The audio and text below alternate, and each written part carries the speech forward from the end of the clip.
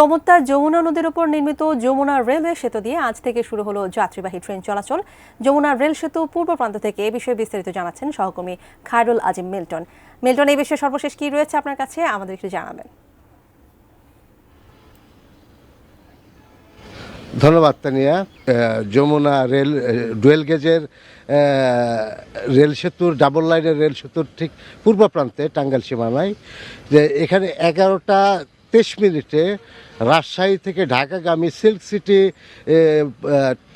ট্রেনটি পার হওয়ার মধ্য দিয়ে শুরু হয়েছে এই যমুনা নদীর রেল যুগের একটি বৈপ্লবিক যাত্রা। এই এই যাত্রা থেকে এখন এই চলমান থাকবে এই যমুনা রেল সেতু। আমার পাশেই এই যমুনা রেল সেতুর দক্ষিণ পাশে যে যমুনা বহুমুখী সেতু আছে, সেই সেতু থেকে আজ থেকে কোনো রেল চলাচল করবে না, এমনটাই জানিয়েছেন প্রকল্প পরিচালক, আমাদেরকে জানিয়েছেন। তো এই রেল শুরু হওয়ার কারণে উত্তরবঙ্গের সাথে ঢাকার একটি রেল যোগাযোগে একটি বৈপ্লবিক পরিবর্তন আসবে, এমনটি ধারণা পোষণ করছেন স্থানীয় জনগণ। তারা আমাকে এমনটিই জানিয়েছেন।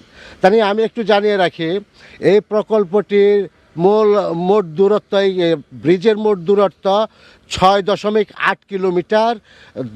জাপানের জাইকা 72.4% অর্থায়ন করেছে, আর বাকি অবশিষ্ট অংশ বাংলাদেশ সরকার করেছে। এই 19টা পিলারের উপর 28টা স্পেন বিশিষ্ট এই ডুয়েল গেজের ডাবল লাইনের এই রেল